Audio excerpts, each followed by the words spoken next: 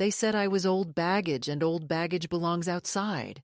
She laughed when she said it, as if cruelty could be made elegant by a ribbon of humor. And the people nearest to her laughed too, and the coordinator half laughed because her job depends on warmth that never gets in the way. And I stood there with my good shoes pinching the bunions I earned from years of standing in kitchens at dawn, making food for people who no longer remember what it cost me. And I understood from the small, tasteful laughter that this was not a gaffe or a slip born of stress, but a precise instruction about where my body should be during my daughter's grandest tableau. I'm 81 years old. I live now in the back cottage of a retired school librarian who tends roses by calendar and feeds me books with the patience of a nurse spooning broth. And I am telling you this from a wooden chair near a window that looks onto a yard of sensible grass and noisy sparrows. But that afternoon, I was a problem to be arranged, a shadow that might spoil the light, a note of history in a day that demanded the sound of nothing but new beginnings sung in a key my voice no longer matched. And I felt the old animal stillness fill me, the one that kept me steady through driveway arguments, hospital corridors, and the kind of loneliness that comes disguised as family. The vineyard sat on a low hill, stitched with neat rows of vines, the kind of place where brides lean toward golden hours and photographers choreograph confetti to appear unplanned. It smelled vaguely of crushed grape skins and watered dust, and the white chairs were lined like teeth in a smile that promised perfection as long as no one bit down too hard. I had arrived early, because people like me always arrive early out of fear of becoming the very inconvenience we are accused of being, and I walked from the shuttle slowly enough to be careful, but not so slowly, that anyone would offer me an arm and then resent me for taking it. I carried a small clutch with tissues, mints, a fold-out fan that squeaked like a polite mouse, and, because she asked last minute when the photographer was tugging at her elbow, the 2 rings, his in a slim velvet nest, hers in a tiny saucer of satin like a sugared almond, pressed into my palm with a hurry that made gratitude an afterthought. My dress wasn't new, but it was clean and dignified, navy with a stitched waist that remembered I used to have one. My hair, thin but obedient, was pinned at the nape to avoid the wind's jokes. My lipstick was the kind of red that was popular when vows were still written on paper and not sponsored by anyone. I saw her just once before the ceremony, a blur of pale silk and eucalyptus, her smile for the camera wide enough to accommodate strangers and too narrow to fit me. And when the coordinator with the headset and the clipboard scanned her list and then scanned my face and said, "I don't see your name in a seat, but we can find you a comfortable place near the gift table so you won't have to walk far," I felt something small and decisive close inside me, like a coin purse snapping shut. And I said, "Near the gift table is fine," because I have learned that dignity sometimes sounds suspiciously like agreement. People arrived in small, curated clusters, cousins who forgot my name but remembered to call me sweetie, friends who had been added and subtracted by the decade, a few elderly relatives from his side whom I did not know and who looked at me with the neutral politeness one reserves for a neighbor's dog. And the noise began to rise in the way of all gatherings, each voice adding a degree to the room until memory starts to sweat. I found the shade of an ornamental olive tree and arranged myself so my left knee could lock and my right could drift. A stance I discovered in my 40s when endurance became a form of prayer. And I watched the ushers escort women in fog-colored dresses to their rows and felt the small bite of envy that comes when you see, not wealth exactly, but the grace of being expected. Someone placed a paper fan in my hand with the venue's logo embossed in gold and suggested I save my strength, though for what I was meant to conserve it, I could not say. I nodded and thanked her, because I have also learned that the first host you serve at an event like this is other people's comfort. I thought, because we make bargains even after we have lost the habit of believing they'll be honored, that perhaps a chair would arrive once the family saw me. Perhaps my daughter would lift her veil's edge and point the way. Perhaps I would be recognized not as a problem, but as the person who had held her fevers and braided her hair and ironed her first white shirt for a job she did not get and paid for braces one winter when the money was supposed to repair the boiler. I thought these small concessions would be made in the name of not humiliating a mother in public, but weddings are machines with gears greased by money and appearances, and once in motion, they prefer frictionless parts, and who is less frictionless than a woman whose history cannot be pressed into a caption?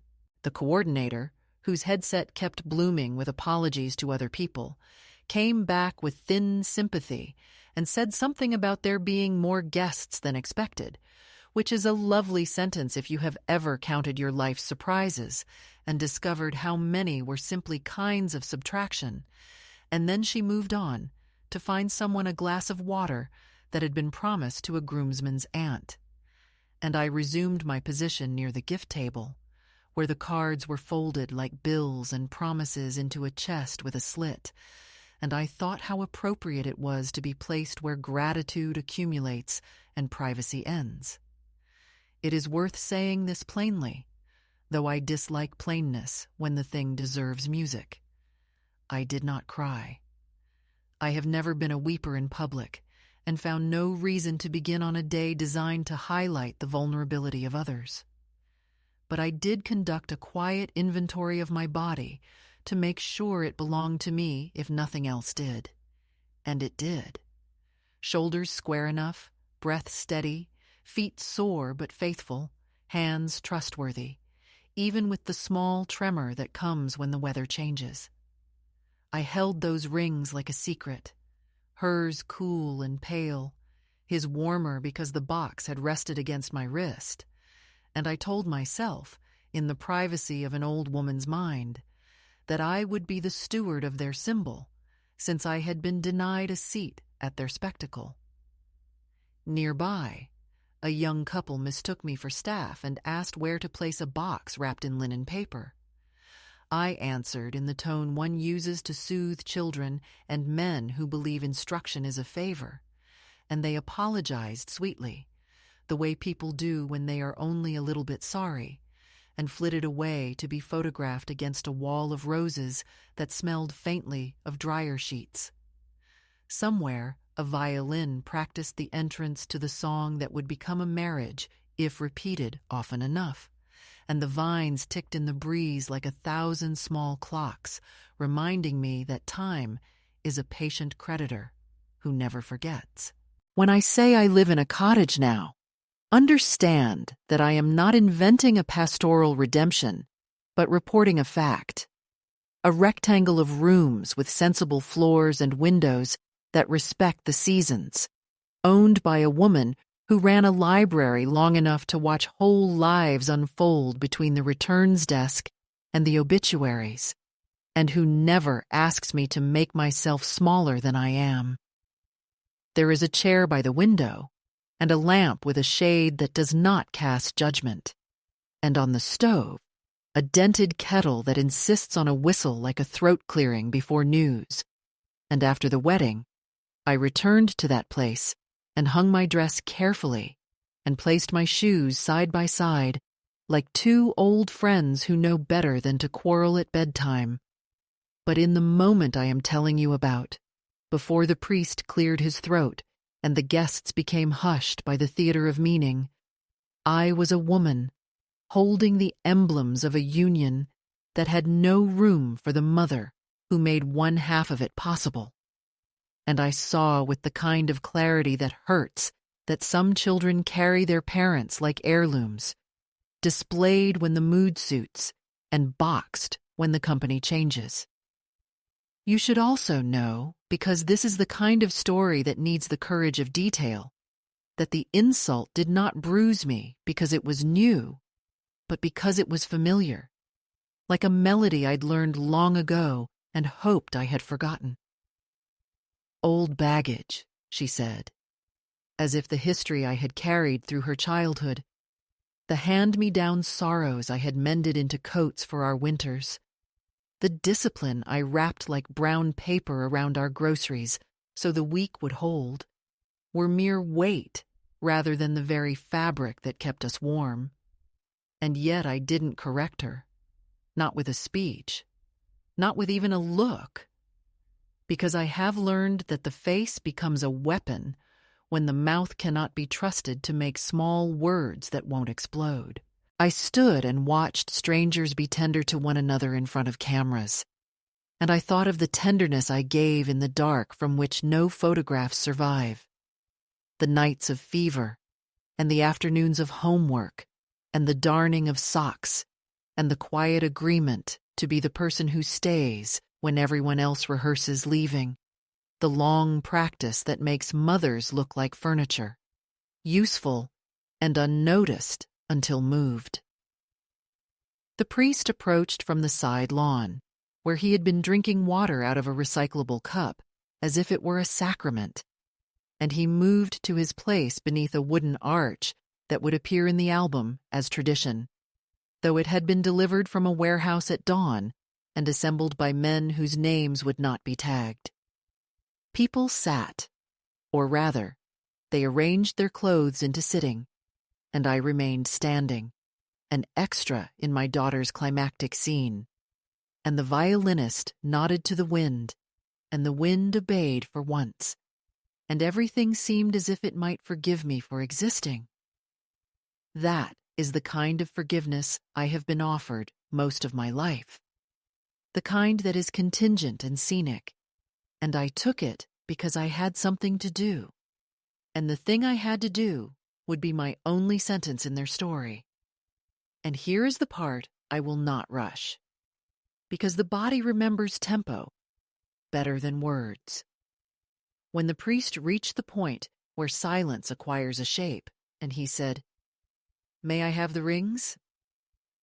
There was a small ripple, the polite panic of a page misplaced, and heads turned, and my daughter, who had placed those rings in my palm as if she had been paying a bill she resented, looked down the aisle and found me not where she expected an absence, but where she discovered a presence. And in that second, I lifted my hand with the slow certainty of the tide, and the rings flashed, not with wealth, but with usefulness, and a path opened between the rows of chairs, and I walked it without being told I could.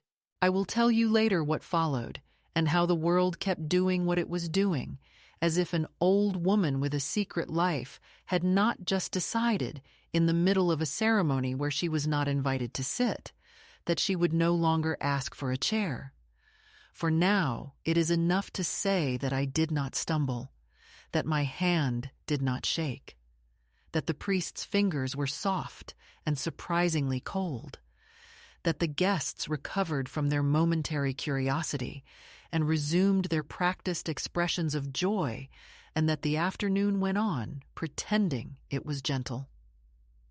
Afterward, I found my shade again, and watched the light change on the vines, and thought of the cottage, and the librarian, and the kettle's whistle, and the book waiting face down on my chair like a small animal sleeping, and I considered the precise dimensions of my life, how much space I take to breathe, how far I will walk to avoid begging, and I decided that whatever story they would tell about me later, the one in which I caused no trouble and was handled like a delicate parcel, would be false in the most important way, because I was not baggage, old or otherwise. I was the carrier, and I had just returned something I did not owe. The truth of it came later, as truth usually does, quietly, without announcement, settling in the bones when the applause has died and the music has gone soft. For a while, after the vows were said and the kisses staged for a dozen lenses, I convinced myself that everything was fine, that the missing chair, the laughter about old baggage, and the convenient forgetfulness about my seat were small social mishaps, not declarations. We do that. Women of my generation. We translate cruelty into miscommunication so that our children remain blameless long enough for us to keep loving them. But it was when I went to find a glass of water that the fiction began to slip. The caterer, a thin young man with a polite smile that belonged to his uniform, told me the staff beverages were in a cooler behind the catering tent, ma'am, and I understood that he thought I was one of them, not a guest, not even a relative, just someone attached to the machinery of the event.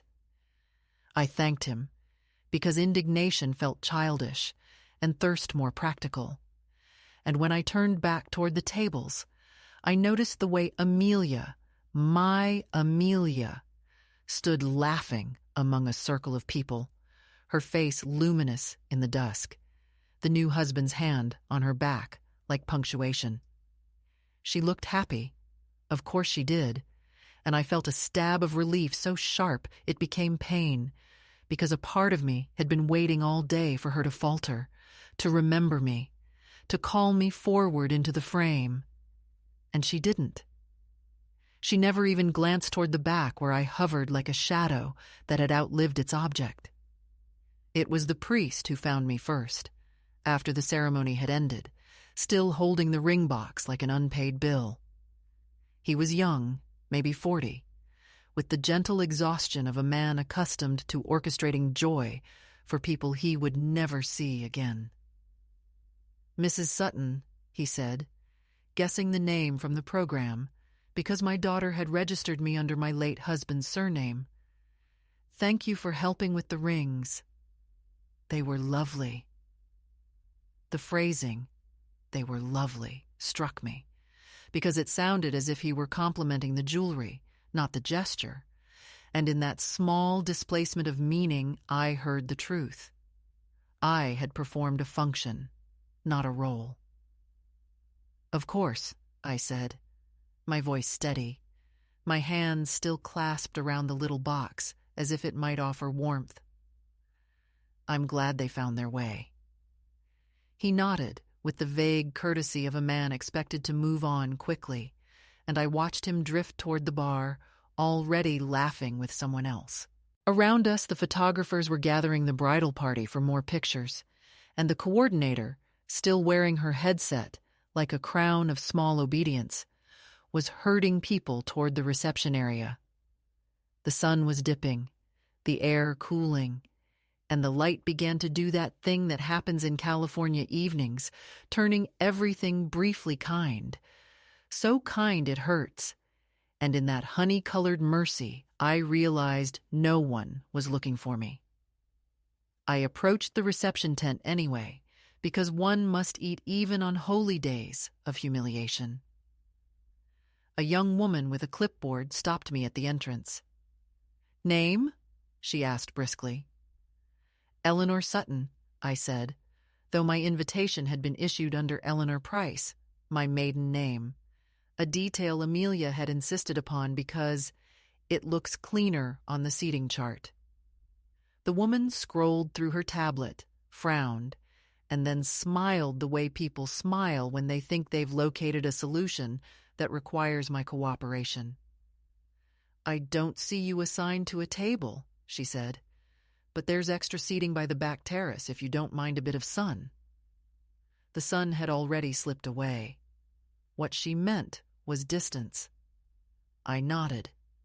I didn't want to cause a scene. Not here. Not with her. It was enough that I existed in the periphery of her happiness, breathing the same air, even if from the wrong side of the silk drape. I walked toward the back terrace where the spare chairs had been arranged for overflow guests, and I sat among a group of people I didn't recognize. A florist's cousin, two members of the catering staff on break, and a photographer's assistant who was texting throughout the speeches. My place card never arrived. My meal did, belatedly, a cold portion of salmon on a chipped plate, handed to me by a teenage server who apologized as if she had caused it. I told her it was fine, truly fine, and in a way, it was. Hunger has a way of reminding you that you are still, stubbornly, among the living. The speeches began, that strange ritual of confession and performance where everyone tells the same story until it becomes believable. The groom thanked his family for showing him what love looks like. The best man toasted the union of two souls who make each other better. Amelia's new mother-in-law, radiant in a gold shawl that caught every glint of light, raised her glass to all mothers, the ones who nurture, guide, and let go when the time comes. The phrase landed like a stone in my stomach. Let go. I wondered if letting go still counted when you were thrown. People applauded, tears sparkled, champagne flutes clinked, and my daughter's eyes, moist with stage-managed emotion, swept the room without once catching mine. That was the moment the truth settled, not like revelation, but like dust after a collapse. You don't notice the building falling until the air is already thick with it. I understood then that I hadn't been forgotten or misplaced.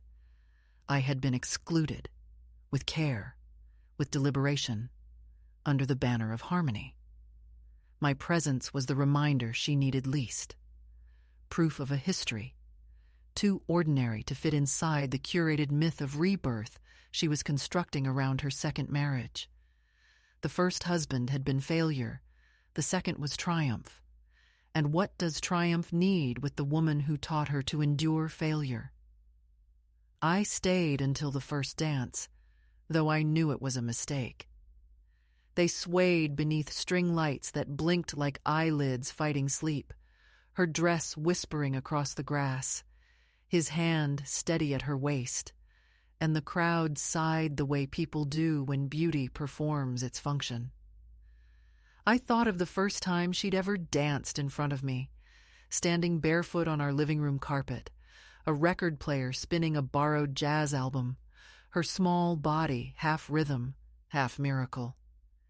She had laughed so loudly that the neighbors knocked to ask if everything was all right. I had told them it was more than all right. It was the sound of childhood working properly. I had not known that laughter could also be rehearsal for departure. The band shifted into a livelier tune, and I realized if I left now, no one would notice. It would not cause embarrassment or comment. The knowledge was both liberation and insult. I rose slowly, the way you rise in church when you are not sure of the hymn, and slipped through the back of the tent. The air outside was cooler, a faint breeze carrying the scent of cut grass and expensive perfume. The sky was turning violet, that color that looks soft but hides the coming dark. Somewhere behind me, a cheer erupted. Someone had caught the bouquet.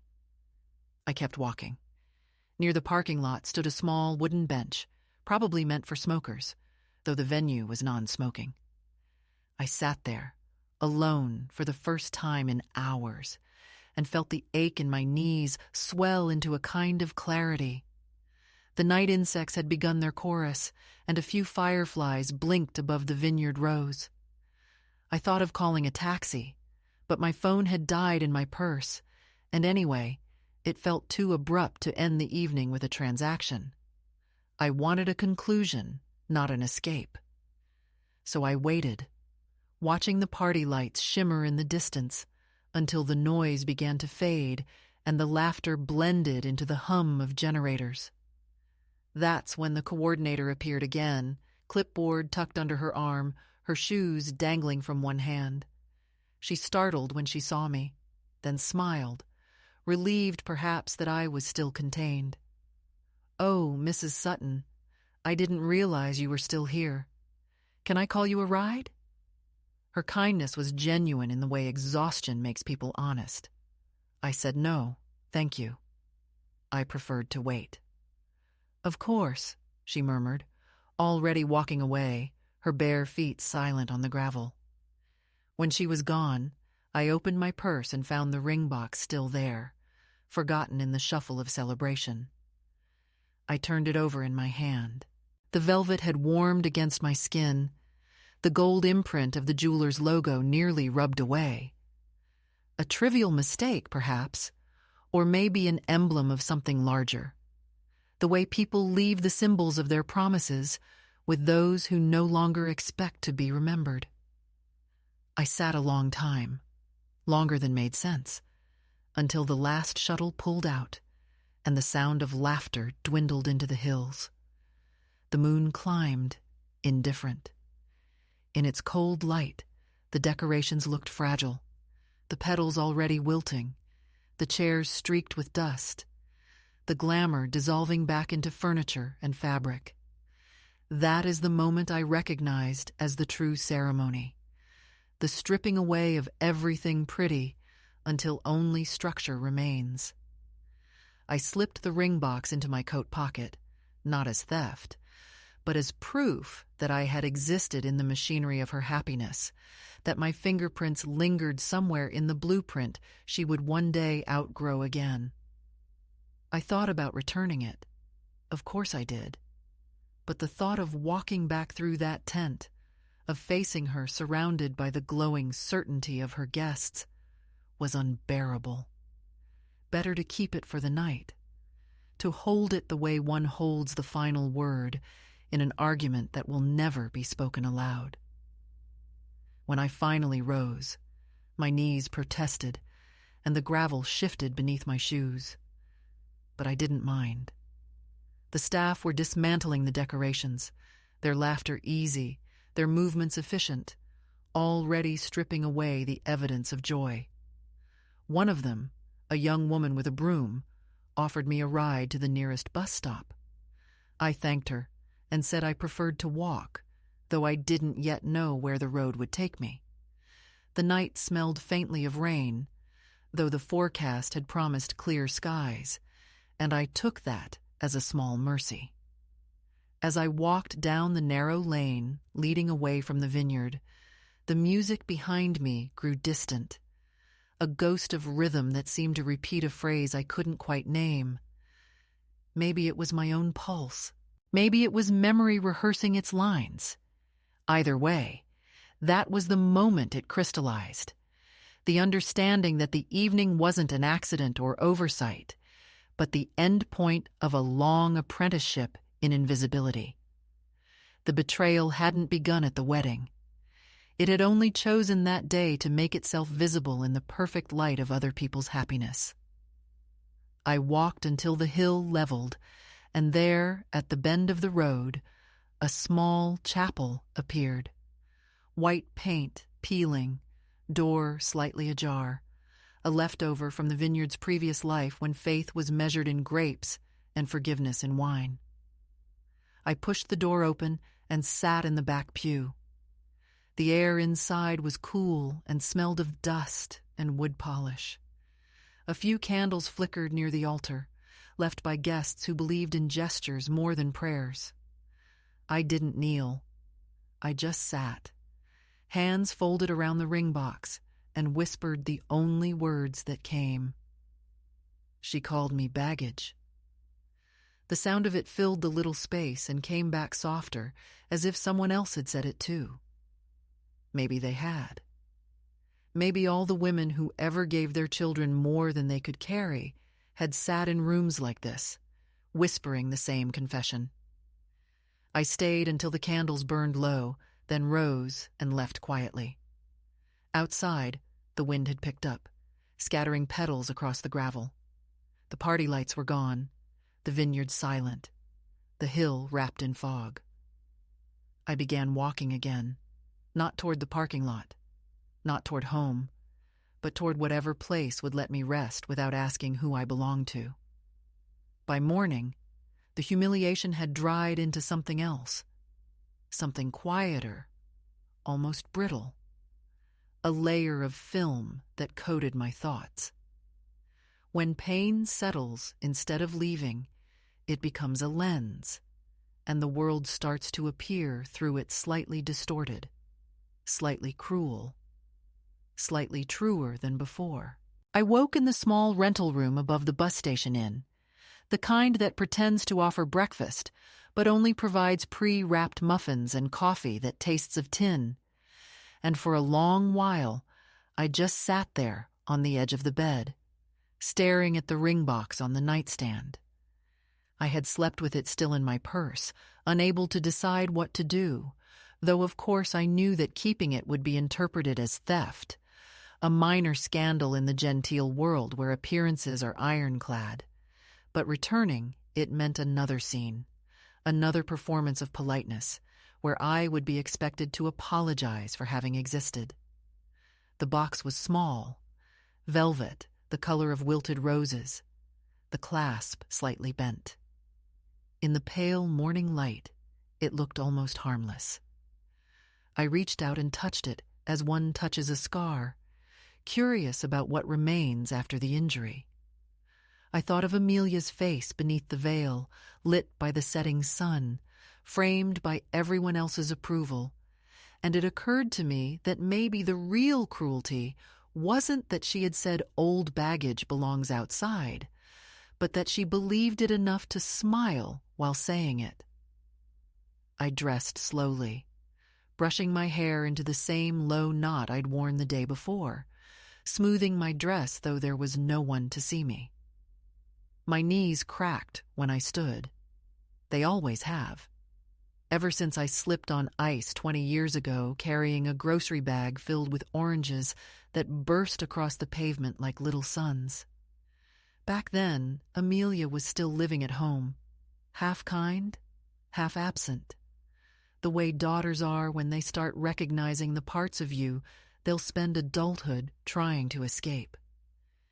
She had helped me inside, wrapped my ankle, made tea, and I remember how gently she touched my leg, how she whispered that she would never leave me alone. It's strange how the promises that sound small at the time turn out to be the ones that echo longest. I left the inn by mid-morning, ring box in my purse, walking toward the town's single square. The vineyard lay a mile behind me, hidden by rows of grapevines and fog, and the rest of the world was going about its business. Gardeners hosing sidewalks, shopkeepers unlocking doors, children dragging unwilling parents to ice cream stands. I walked among them unnoticed, which was both relief and insult, because invisibility is a power only until it isn't. There was a bus scheduled for noon that would take me to the city, and from there I could catch a train home, though I wasn't sure what home meant anymore. My apartment in Modesto had been sold 3 years ago, the proceeds spent partly on Amelia's second graduate program and partly on the down payment for the small condo where she and her first husband had lived before they decided they were incompatible. I'd been staying in a senior housing complex since, a clean but airless place where no one spoke louder than the television, and every hallway smelled faintly of boiled vegetables and resignation. Going back there felt like stepping back into a waiting room for the end of everything. So I lingered in the square, drinking coffee that burned my tongue and pretending to read the local paper. Every story was about growth, vineyard expansions, tech startups, tourism, and in each headline I saw the same moral. The future belongs to those who edit the past. My daughter had done exactly that. The thought should have made me angry, but instead I felt a kind of numb comprehension.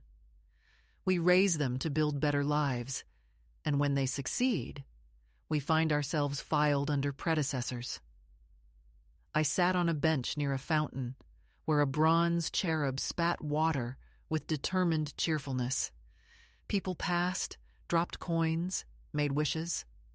A woman about my age sat beside me after a while, her perfume too sweet but comforting in its excess. She commented on the weather. I agreed. She asked if I was visiting. I said, something like that. Small talk is the camouflage of the wounded. When she left, I watched her walk away, arm in arm with her husband. Both of them stooped but synchronized, and it hit me how long it had been since I'd moved in tandem with anyone. Derek, my late husband, had been gone nearly 25 years, and though we were never perfect, we had at least shared direction. Our disappointments had been mutual, our silences cooperative. With Amelia, it had always been different. She moved forward, and I held the line, the rope burning in my hands. By late morning, I found a payphone near the bus stop. My cell battery had died, but even if it hadn't, the payphone felt truer, heavier, a relic that matched my mood. I dialed Amelia's number from memory, half expecting it to have changed. It rang 4 times before going to voicemail. Her recorded voice was bright, professional, a voice meant for clients or students, not for mothers. Hi, you've reached Amelia. Leave a message and I'll get back to you. The beep sounded abrupt. I hesitated, then said, It's me. I just wanted you to know I still have something of yours. I'll return it when you're ready to see me. My voice cracked on the last word, but I didn't correct it. I hung up before the timer ran out, the phone swallowing my quarter with mechanical indifference. I stood there for a long moment, listening to the silence that followed, the absence of any sound as final as a door clicking shut. A boy nearby was drawing with chalk on the sidewalk, swirls of pink and blue that formed a clumsy heart. I watched him drag the chalk until it broke, then continue with the stub. Children, at least, understand persistence. When the bus arrived, I climbed aboard, choosing a window seat halfway down. The driver nodded, but didn't smile. Most of the passengers were tourists heading to the coast. I kept my purse on my lap, my hand resting on it protectively. As the bus rumbled down the road, the vineyards receded into a blur of green and brown, and I felt something in me untether. It wasn't freedom yet. It was too raw for that. It was more like the moment after a storm, when you're not sure if the quiet is safety or aftermath. The bus stopped once for gas, and I bought a sandwich I couldn't finish. An elderly man in the next seat leaned over, asking if I was traveling far. Not far enough, I said, and he nodded as if that made sense. We rode in companionable silence. He got off 2 stops before the city, leaving behind the faint smell of peppermint and loneliness. The city was larger than I remembered, noisier, but not cruel. I checked into another cheap motel near the train station, a place that smelled of cigarettes and lemon disinfectant. The clerk, a young woman with tired eyes, asked if I wanted a room facing the street or the courtyard. The courtyard, I said, because it sounded safer, though what I meant was quieter. I dropped my bag, turned on the tap, and let the water run until it cleared. In the mirror above the sink, my reflection looked older than I felt, which is another kind of betrayal. I washed my face, sat on the bed, and took out a notepad from my purse. I thought I might write Amelia a letter, something calm and reasoned, a record of the event before memory softened it into forgiveness. But as soon as I wrote her name, my hand stopped. I stared at the letters, A, M, E, and could go no further. The act of writing her name felt like calling a ghost. I went out for a walk instead. The street smelled of exhaust and blooming jasmine, a confusing mixture of decay and beauty that felt right for the day. I wandered without purpose until I found myself near a small thrift store. In the window, a mannequin wore a faded wedding dress, yellowed at the hem. It looked abandoned, and for reasons I couldn't explain, I stepped inside. The woman behind the counter greeted me without curiosity, the way people who have seen everything greet everyone. I browsed aimlessly, old china, costume jewelry, a row of shoes with stories still clinging to them. Near the back, I found a coat rack. Among the polyester trenches and sequined jackets hung a simple wool coat, navy blue, a bit worn at the cuffs but clean. I tried it on. It fit perfectly. I checked the tag. $30. I paid in cash. The woman folded it carefully, placed it in a paper bag, and said, "That one will last you." It sounded like a blessing. Back in the motel room, I hung it over the chair. The fabric smelled faintly of lavender and rain. I told myself I'd wear it when I returned the rings, when I was ready to face her, properly dressed for the act. The next morning, I took the train north, toward no destination in particular. The countryside rolled by in soft colors, fields and telephone poles, towns that looked both alive and forgotten. Somewhere between stations, I dozed. I dreamed of Amelia as a child again, running barefoot across the yard, calling me to watch her new dance routine, her small feet pounding the dry grass. "Don't blink, Mom, you'll miss it," she'd said, and I never did. When I woke, my eyes were wet. Outside, the rain had begun. The drops on the window blurred the landscape into watercolor, and for a strange moment, I felt peace. The train stopped in a town whose name I didn't recognize, and on impulse, I got off. There was no reason, only the intuition that staying in motion would make the pain follow faster. The platform was nearly empty. A clock overhead showed 3:30. I walked through the drizzle toward a cafe whose sign promised hot soup and shelter. Inside, it was quiet except for the radio. I ordered coffee and a bowl of soup, sat by the window, and watched the rain. Across the street stood a church, its steeple dark against the sky. I remembered the tiny chapel from the vineyard, the candles, the whispered confession. This one looked sturdier, less decorative, the kind of place where faith might actually survive its believers. That afternoon, I decided I would not call her again. There is a point where explanation becomes begging, and I had crossed it too many times before. I would send the ring box by mail, insured, no note inside. Let her wonder. Let her invent a version of me that suited her narrative. I had spent a lifetime being edited. Perhaps it was time to become illegible. I stayed in that town overnight, listening to the rain against the roof. The sound was steady, not mournful but certain, and it lulled me into a dreamless sleep. When I woke, I felt strangely lighter, though nothing had changed.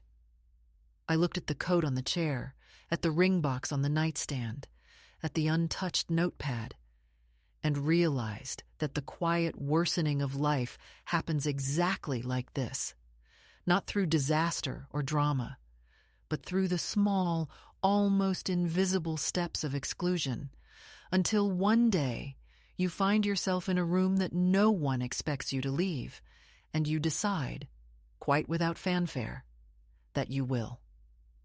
The shift didn't arrive like a trumpet.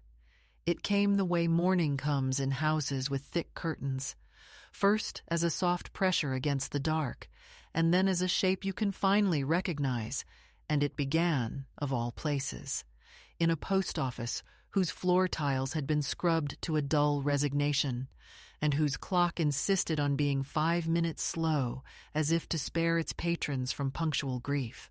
I had slept in the little motel off the train line, the navy coat folded over the chair like a loyal dog guarding a door, And when I woke, I didn't feel brave or enlightened or even rested.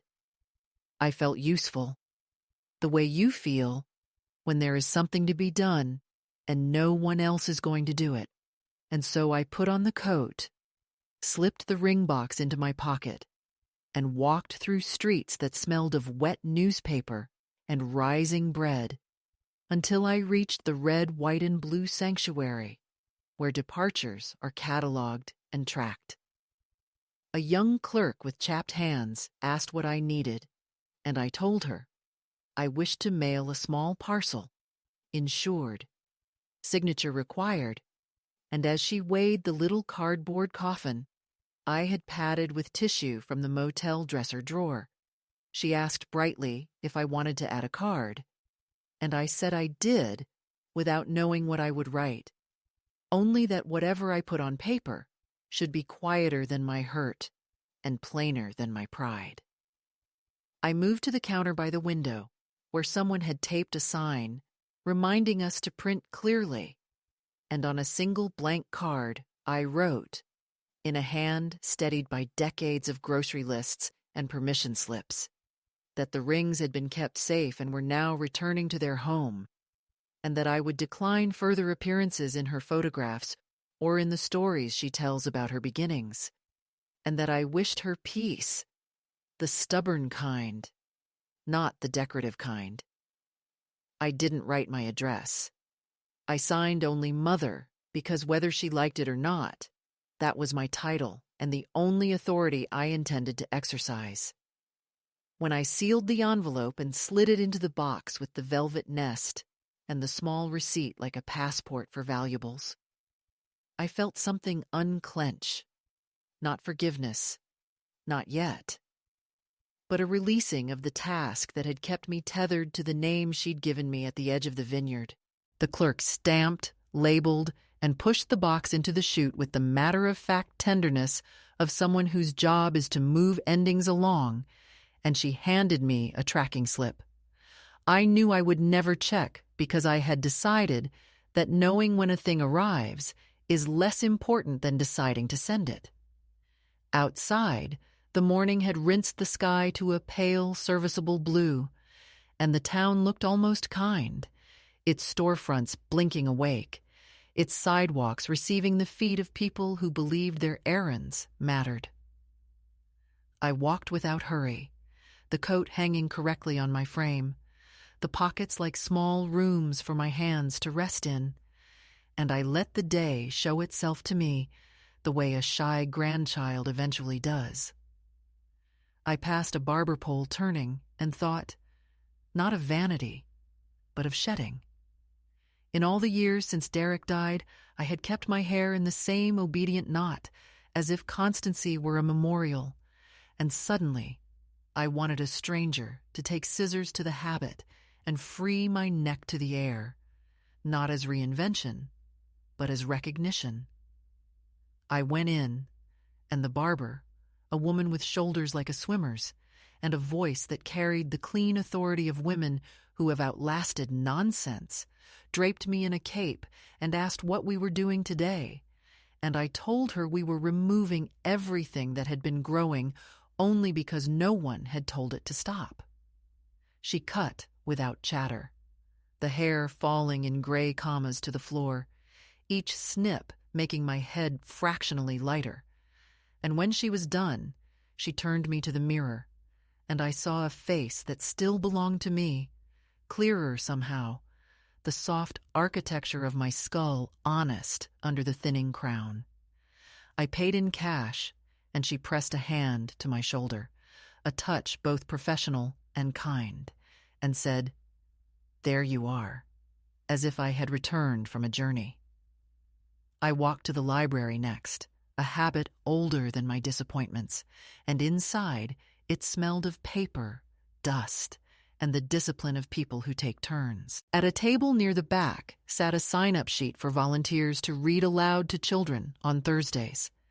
The lines were mostly empty, and I wrote my name without calling attention to my handwriting, which I have always liked for its certainty.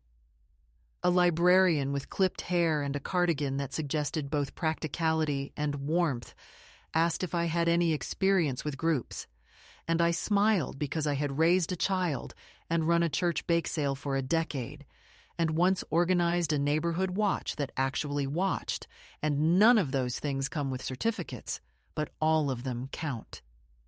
She took my number and said someone would call, and I believed her. Libraries are one of the few places left where promises still travel from mouth to action without changing clothes. I wandered the stacks and pulled down a slim book of poems and another of essays about ordinary courage and a battered cookbook that favored soups, because the body cannot live on metaphor, and when I checked them out, the scanner beeped with an agreeable little chirp, a mechanical blessing. On the sidewalk again, I bought a bowl of lentil soup from a cart where the man behind the steam wore a wedding ring that looked like it had been earned, and I sat on a bench and ate slowly, tasting cumin and memory. And for the first time in days, my stomach recognized food as an ally. Across the street, a consignment shop displayed a pair of sensible shoes in the window, wide enough for my unglamorous feet, and I went in and tried them, and they fit, and I bought them. And in doing so, I found a way to walk that did not ask my joints to argue with me. These acts were minor, perhaps, small domestic rebellions against the script, where an old woman remains indoors until called, but they combined into a posture I had not felt since I was young, and didn't yet understand that women are endlessly recruited to serve as scaffolding for buildings they are never invited to enter.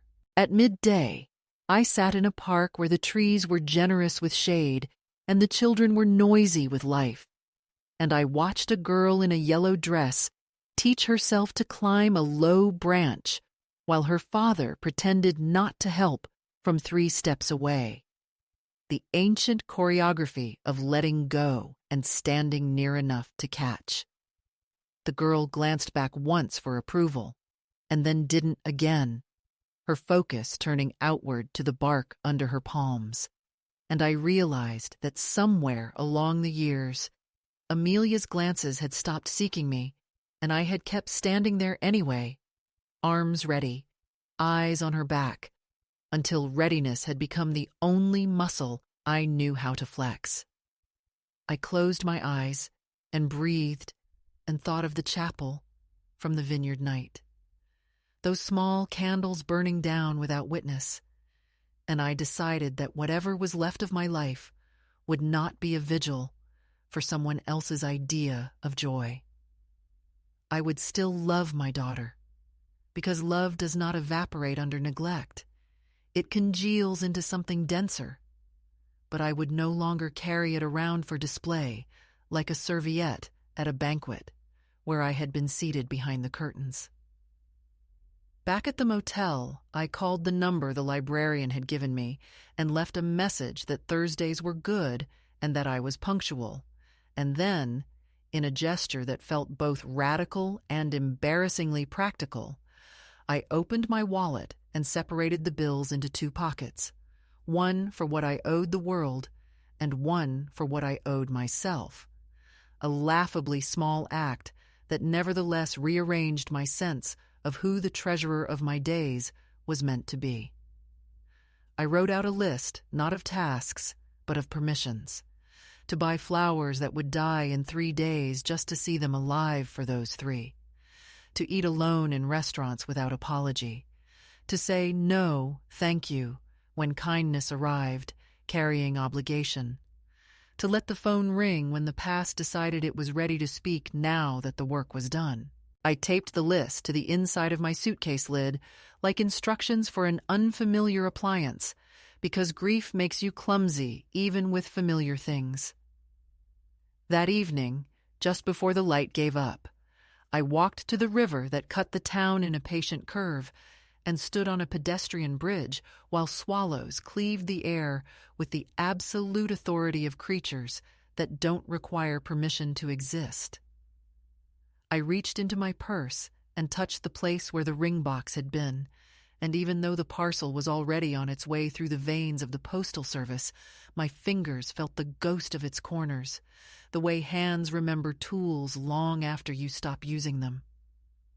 I rested my palms on the rail and promised myself aloud, not as an oath, not as drama, just as a statement, that if anyone wanted me, they would have to meet me where I stood and not where they had last left me, and that I would no longer explain the difference to people whose comfort depends on my confusion.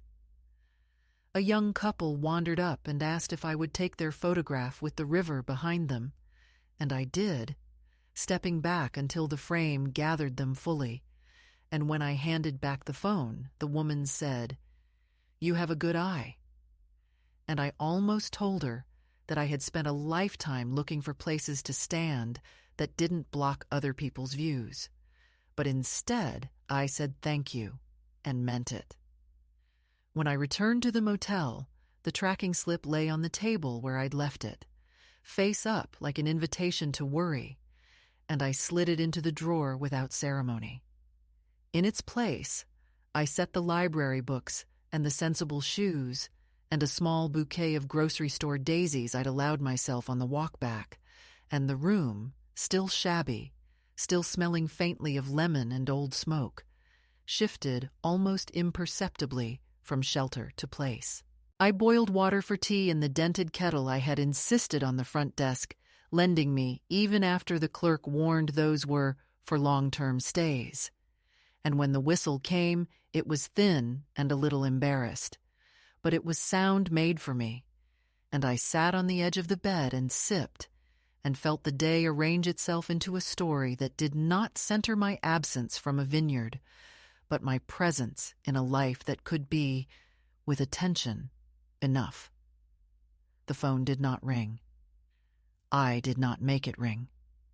I watched the window darken and let the night find me unprepared for once, and in that unpreparedness, I discovered a small, private competence, the ability to let what was done stay done, and to turn, gently, toward what might be next.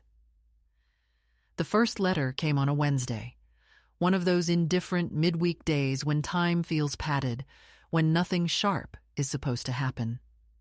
It was thin, white, addressed in Amelia's rounded handwriting that had not changed since she was 13, except that the loops had grown more self-conscious, as if elegance could erase emotion. I found it wedged between a utility bill and a catalog for orthopedic shoes, and before I even opened it, I knew it would not contain apology, not the kind that arrives from humility, but something tidier, justification dressed as concern. I placed it on the kitchen table beside my tea and sat for several minutes studying the envelope, the way a doctor studies a patient's pulse before deciding whether to treat or to let time do its work. My first instinct was to throw it away. I had done well since mailing the rings, volunteered at the library, cooked in reasonable quantities, even joined a knitting group that met in the back room of a church with a leaky roof. The women there had welcomed me without curiosity, a blessing rarer than affection. But curiosity is an old reflex, and letters are promises of voice. And so, finally, I slid my thumb beneath the seal and opened it. "Mom," it began, no greeting, no date. "I got the package. I wish you hadn't gone to that trouble. We could have had someone pick it up. You left so abruptly, and I've been trying to make sense of everything. You seemed upset at the wedding, though I can't imagine why. Everyone tried so hard to make you comfortable." The line landed like a slap wrapped in cotton. She continued, explaining that the day had been a lot to manage and that she hadn't meant to make me feel excluded, that the seating plan had been changed at the last minute, and that these events are complicated, you know how it is. There were a few lines about her honeymoon, the weather, her husband's kindness. Then, near the end, a sentence that caught in my throat. I hope you'll forgive any misunderstandings, but it would mean a lot to me if you could try to move forward and not dwell on what went wrong. The past has already had enough space in our lives. I folded the letter carefully, not because it deserved gentleness, but because my hands had learned to treat paper as if it might bruise. I returned it to the envelope and left it on the counter, face down, as though hiding it could mute the echo of her words. For 2 days I told myself not to answer. Then, as always, the desire to explain began its slow, treacherous climb. The truth is that silence is a discipline learned late and imperfectly, and I have never been a perfect student. On the 3rd morning, I sat at the kitchen table with a blank sheet of paper and wrote not a reply, but a reckoning. I wrote that I had never sought comfort from her, only recognition, that I understood she needed to curate her life to survive in a world that punished women for carrying visible history, but that I would not be the ghost she edited out.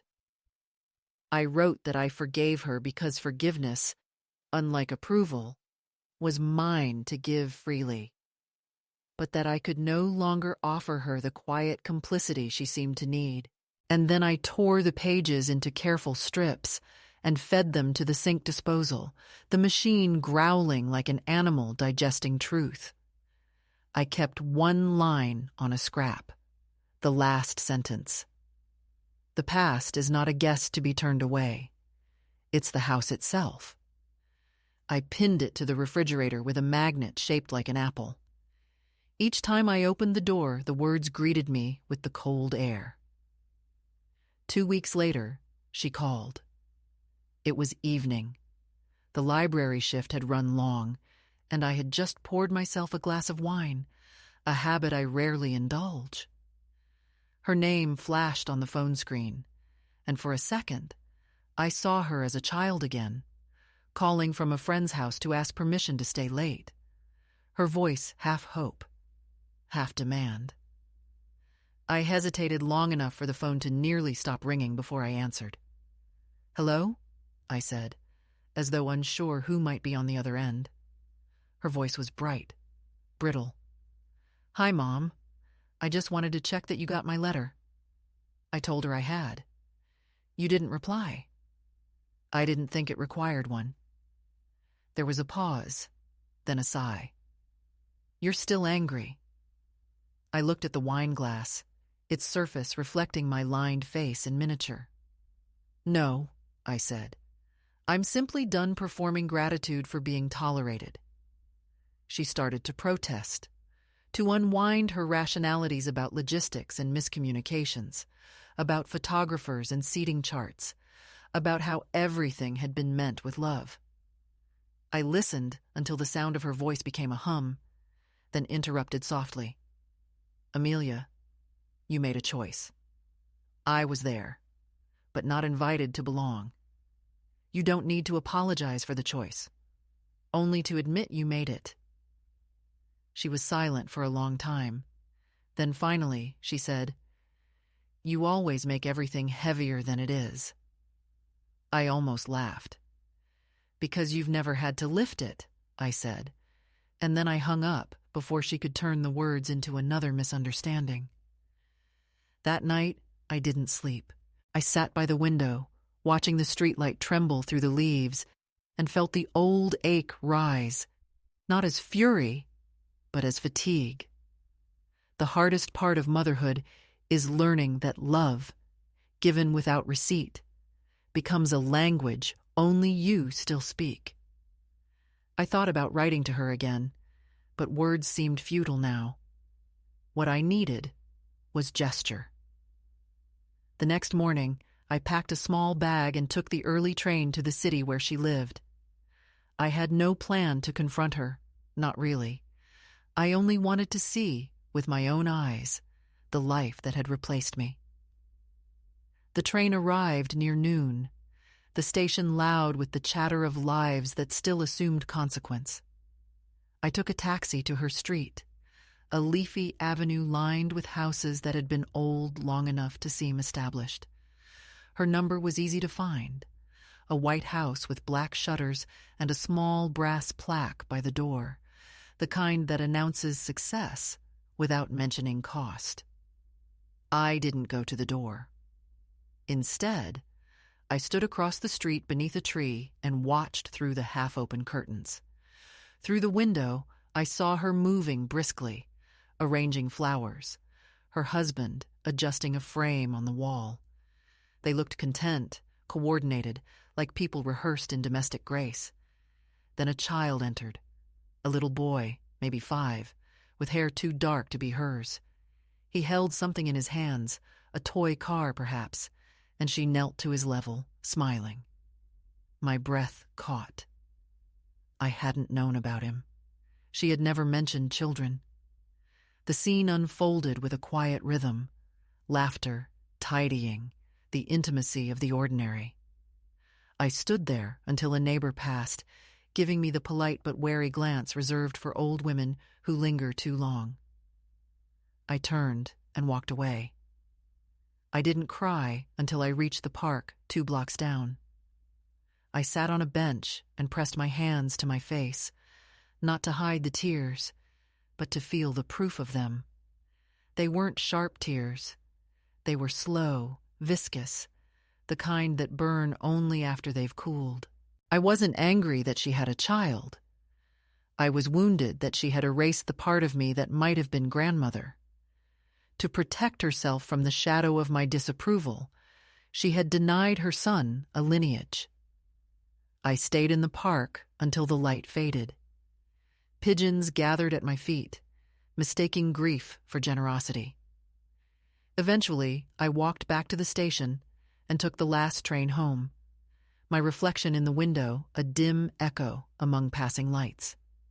When I returned to my small cottage, the world felt rearranged. Everything was where it had been: the books, the coat, the kettle. But each object had acquired a new temperature, as if the air itself had learned of the omission. I poured water for tea and realized my hands were shaking. On the table lay the knitting I'd started at the church group, a half-finished scarf of muted blue yarn. I picked it up, but the needles felt foreign, unbalanced. I set them down. For the first time, I understood that I had crossed an invisible line. Until now, I had been living in suspension between offense and forgiveness, still tethered by the possibility of return. But seeing her through that window, seeing her joy unburdened by memory, had snapped the final thread. The realization was terrifying and clarifying in equal measure. I could no longer be her mother in the way I had been. I could only be myself, unreferenced, unconsulted. The word that came to mind was widow, though Derek was long gone. It was my relationship to her that had died, and like all widows, I would have to learn the etiquette of absence. Days passed. The librarian called to confirm the Thursday readings, and I said yes. The children's section smelled of glue and anticipation. They listened to me as though my voice were a bridge to something safe, and I found myself reading with a conviction I hadn't felt in years. Their small, unguarded faces restored a sense of meaning that my own child had denied me. After each session, I stayed behind to shelve books, grateful for the order of the alphabet. It was there, between the shelves, that the second letter found me, delivered by hand, left on the counter by the front desk.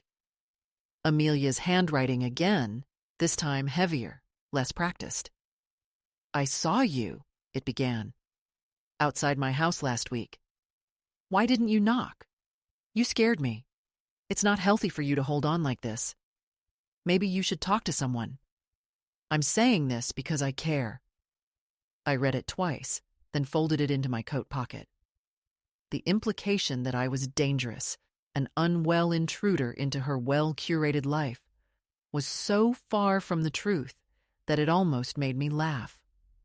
almost. Instead, I sat down at the children's table and stared at the colored pencils scattered there.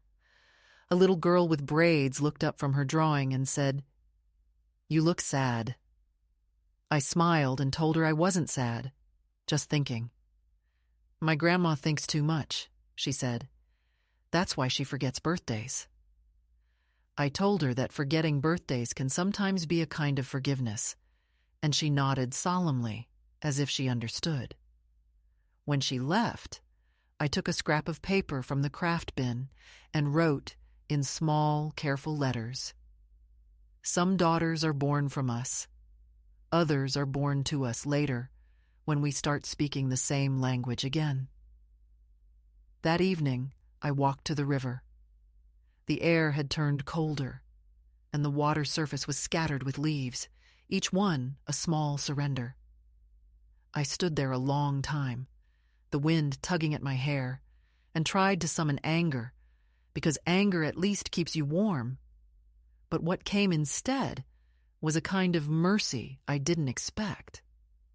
I realized that Amelia was afraid, not of me, but of the reflection I offered, the reminder that love can curdle if left untended. She needed me to remain distant so she could continue believing in her new life's perfection. Understanding that didn't excuse her, but it did release me from the duty of waiting for change. The next morning, I donated the half-finished scarf to the church charity bin. I told the librarian I'd take extra reading shifts. I bought myself a set of watercolor paints from the thrift store, though I hadn't painted since high school. That night, I painted the river, not as it was, but as it felt. Gray, luminous, still moving. When I was done, I looked at the brush in my hand and thought of the priest's question at the wedding. "May I have the rings?" This time the answer was mine to give. The rings had returned. The circle had closed. Whatever came next would begin not with loss, but with the quiet insistence of survival. It happened in winter, the kind of winter that doesn't announce itself with snow or thunder, only with a thinning of color, a soft erasure of contrast that makes everything, sky, ground, memory, seem quietly undecided. I had been at the library for 4 months by then, long enough that the children no longer asked who I was. They simply called me Mrs. E, as if my name were too big for their mouths and my presence too consistent to require clarification.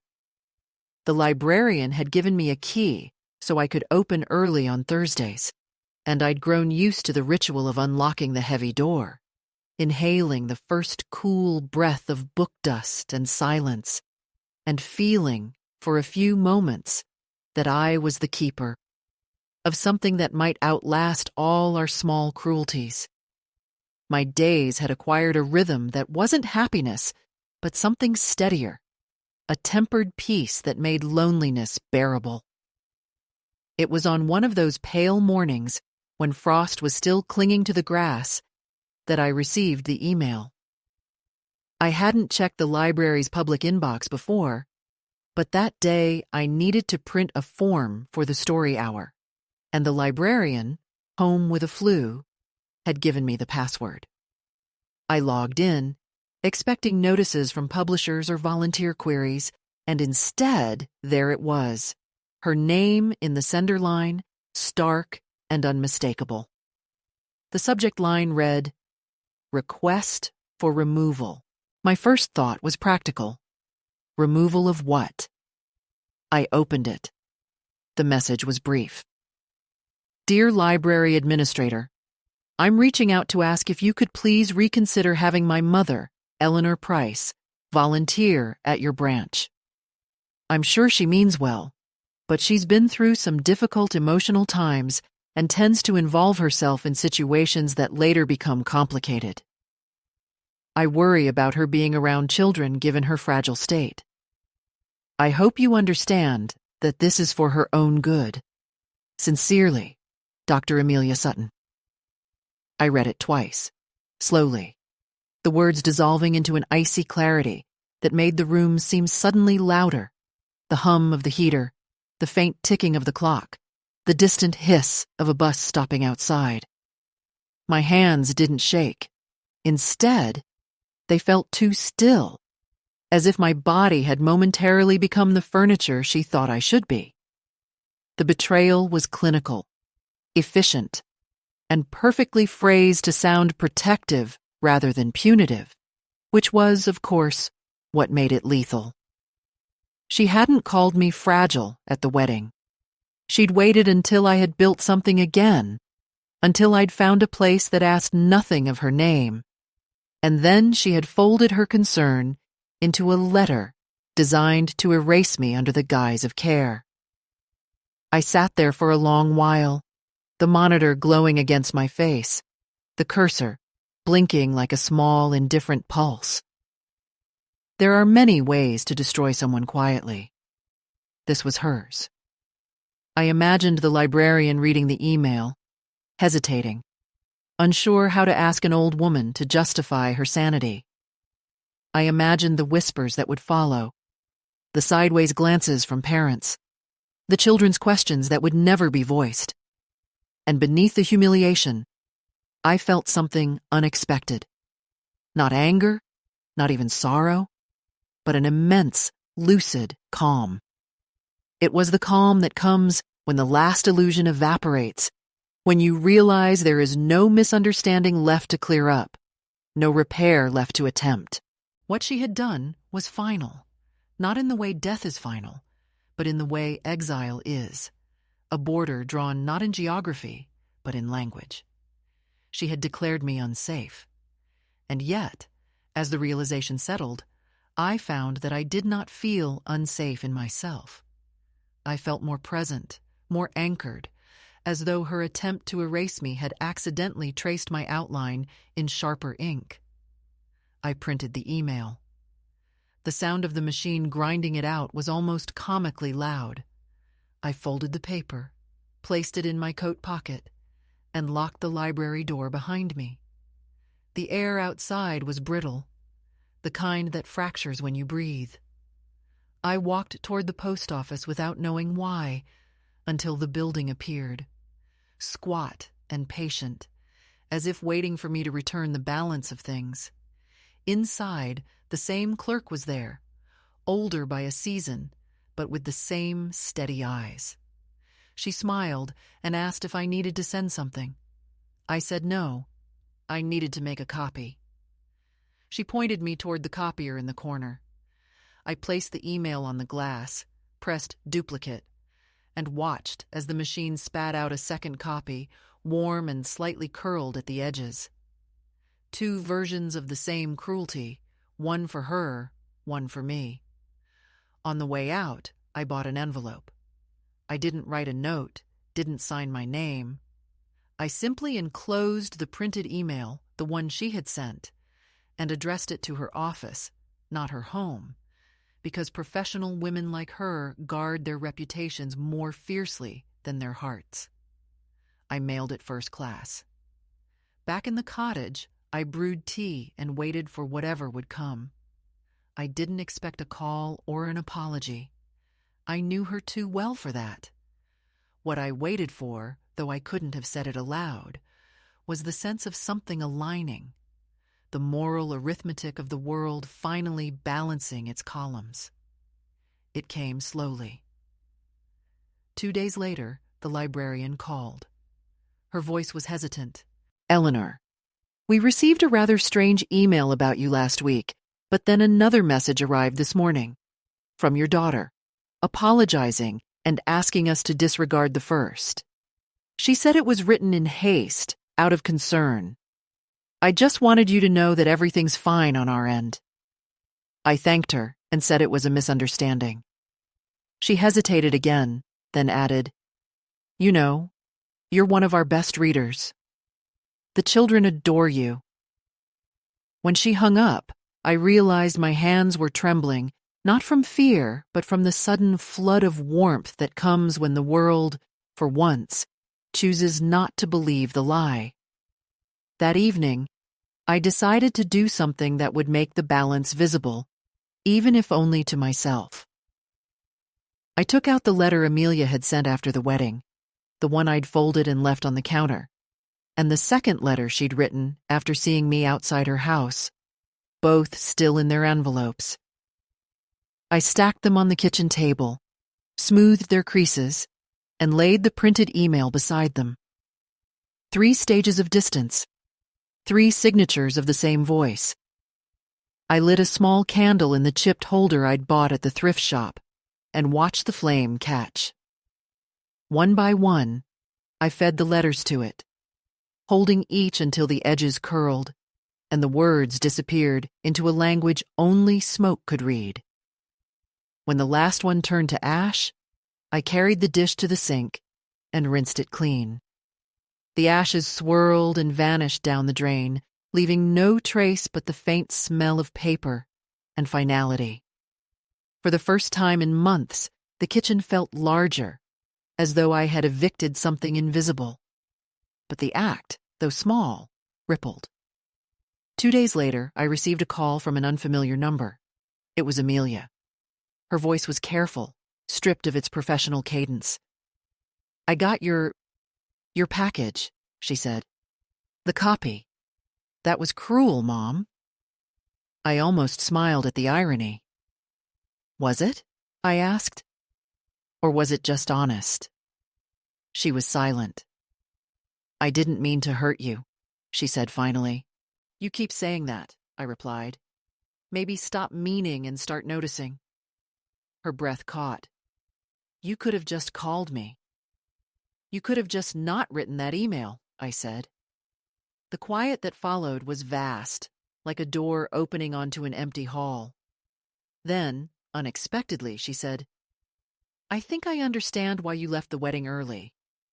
"Good," I said, "because I didn't leave. I was dismissed." It wasn't an argument. It was a translation. For once, she didn't correct me. After a moment, she said softly, "You shouldn't have sent it to my office." I exhaled through a small laugh. "That's where you live now, isn't it?" There was the faint sound of her swallowing, the rustle of paper. "I'm pregnant," she said suddenly, as if the words had slipped free without her consent. I didn't speak. "I wasn't going to tell you," she added. "But now I don't even know why I called." "Because you did know," I said, surprising myself with the gentleness of it. "And because you wanted someone to hear it before it became a story." Her breath hitched again, softer this time. "You always do that," she whispered. "Make everything sound heavier." "And you always think weight is a problem," I said. "Sometimes it's what keeps things from floating away." I heard her inhale, steady, then a quiet click as the line disconnected. She hadn't said goodbye, but she hadn't hung up in anger either. It was, strangely, a beginning. The next morning, I woke before dawn, unable to sleep. The world outside was still ink blue, the air cold enough to mist the window pane. I made tea and sat at the table, the room illuminated only by the small lamp near the sink. I thought about her words, "I'm pregnant," and felt an ache that wasn't entirely pain. Somewhere inside that announcement was a thread back to me, a continuation she hadn't been able to sever completely. I wondered if the child would know me, if my name would be spoken in that new household as history or as caution. I didn't imagine reconciliation. I imagined recognition, the quieter, more durable sibling of love. I took out a fresh sheet of paper and began to write, not to her, but to the future child, whose name I didn't know. I wrote about the smell of books in winter, about rivers that never stop moving even when frozen, about the sound of a kettle just before it boils. I wrote that people can live good lives without forgiving everything, that some boundaries are not walls, but the edges of self-respect. I wrote that their grandmother had once been called baggage but had learned to travel light. When I finished, the sky had turned the color of unpolished silver. I folded the letter and placed it inside a drawer I rarely opened. Later that day at the library, a boy asked me to read a story about a fox who loses his den and builds another one from scraps. As I read, the words felt strange in my mouth, too close to truth. The boy interrupted to ask, "Does the fox find his family again?" I paused, then said, "He finds a place where they could find him, if they ever wanted to." The boy nodded, satisfied. After the session, I stayed behind to shelve books, and when I turned off the lights, I saw my reflection in the glass door, not fragile, not erased, simply there. The face looking back wasn't triumphant. It was awake. The calm was not peace exactly, but something sturdier, something that could withstand the next storm without needing to hide. And as I stepped outside, the wind lifted the edge of my coat, and I thought of the rings. The circle closed, the metal now resting where it belonged, and of my hands, empty but steady, finally carrying only themselves. Spring arrived early that year, as if the earth itself had grown impatient with grief. The trees along the river began to blur into green, tentative at first, then shameless. And each morning, when I drew the curtains, the light entered the room a little more confidently, as though it had forgiven us for everything that had happened in the dark. The library windows were kept open now, the air soft and filled with the chatter of school children released from winter's discipline, and the smell of old books mixed with lilacs from the garden outside. On Thursdays, the children still waited for me in the reading circle, though a few of the older ones had begun to outgrow story hour and now waved from the computer stations, pretending they were too busy for fairy tales. I didn't mind. It meant time was moving properly again.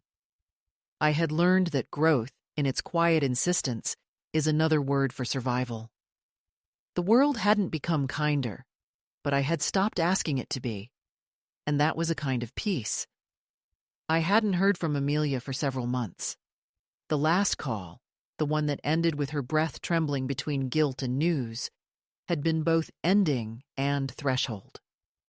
Since then, silence had stretched between us like a long, taut thread that neither of us dared cut, but neither of us tried to reel in.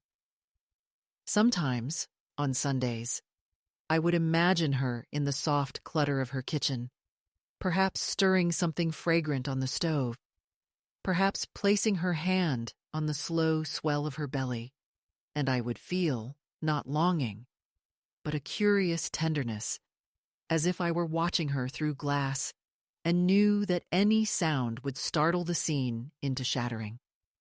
The tenderness did not demand contact. It existed for its own sake, like light that doesn't need to be seen to remain light. Then, one morning in late April, as I was leaving the library, a young courier handed me a small parcel. The handwriting on the label was unfamiliar, neat, deliberate. But inside, wrapped in plain tissue, was a photograph. It showed a newborn, swaddled in white, eyes closed, the faint suggestion of a smile, as if the world's first instruction had been mercy. Beneath the photograph on a scrap of paper were 2 words. Her name. No signature. No explanation. Just that offering, as sparse and monumental as prayer. I sat down on the steps and held the photograph between my fingers until the edges warmed. Her name was written below in my daughter's handwriting. Lydia. A name without lineage, chosen fresh from the world, yet when I whispered it aloud, it fit in my mouth as if it had always been waiting there. I did not cry. The tears that come after understanding are not made of water. They move differently, through bone and breath. What I felt was not reconciliation, not even relief, but continuation. Somewhere, beyond the circumference of our quarrels, life had gone on writing itself. That evening, I placed the photograph on the mantel beside the vase of wilting daisies and the small river painting I had made months before. I lit a candle, not as ritual, but as acknowledgement, and I let its trembling light fall over the child's face. The flame turned the paper gold as if it were being gently rewritten. I sat there for a long time, thinking of all the names we wear and shed: daughter, mother, wife, widow, stranger, witness. I thought about the word forgiveness, how I had chased it like a train I was always too late to board, and how, in the end, it had arrived not as a destination, but as stillness. Forgiveness, I realized, wasn't something I gave to her. It was something I allowed myself to live in, the same way one allows the weather to be what it is. In the following weeks, my life folded itself back into a pattern, both modest and complete. I read to the children. I watered the librarian's plants when she forgot. I baked small loaves of bread that no one had asked for. On Sundays, I took long walks by the river. The water had risen with the melt, full and restless, and the surface caught the light like a restless mirror. I often brought my sketchbook and tried to capture it, but the river refused to stay still long enough to be known, and that defiance comforted me. Sometimes, as I stood there, I spoke to the water softly, not with expectation, but with recognition. I told it what I had learned, that we cannot undo our own forgetting, only learn to live beside it. That love, when it survives pride, becomes something quieter, but infinitely stronger. That silence, when chosen, is not absence, but architecture. One afternoon, while shelving returned books, I found a thin volume tucked between the encyclopedias, a poetry collection with no barcode, clearly someone's donation. Inside, on the title page, was a single line penciled in delicate script. All that is not returned is still ours, if we can bear its shape. I read it aloud, feeling the words settle like dust in the air, and I thought, yes, this is what remains, the shape of what could not come back, the outline of what was once love. I checked the book out under my own name and placed it by my bed. At night, when the wind pressed against the window pane, I would open it at random and read until the words dissolved into the rhythm of my breathing. When summer arrived, I bought a small set of wind chimes from the market. 5 hollow tubes, simple, silver, unadorned. I hung them outside the cottage door. The first time they sang, I was sitting at my desk writing a list of groceries, and the sound startled me.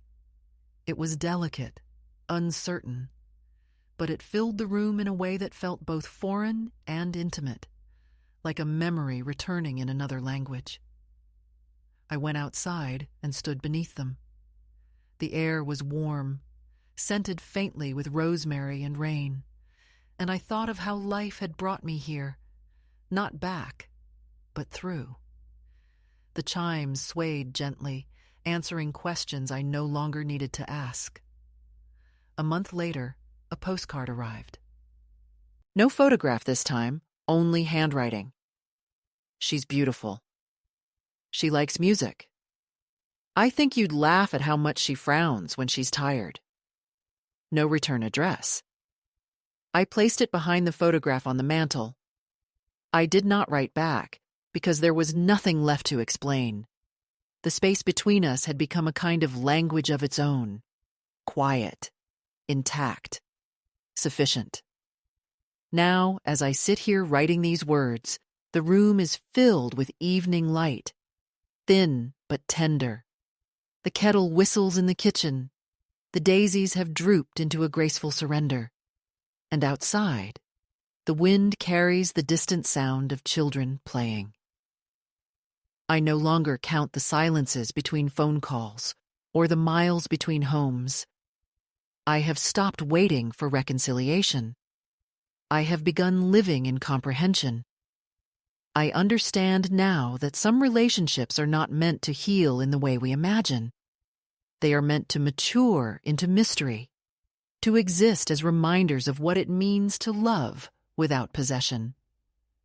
Sometimes, when I see an older woman walking alone, carrying her groceries with that particular dignity of those who have carried too much for too long, I want to stop her, to tell her that invisibility is not the same as disappearance, that solitude is not the same as exile. But I don't. I simply smile, and if our eyes meet, that is enough. We recognize one another. We know the work it takes to stand upright in a world that keeps asking us to kneel. The evenings come earlier now, though it's still warm. The wind chimes sing a little differently with each gust, never repeating their tune.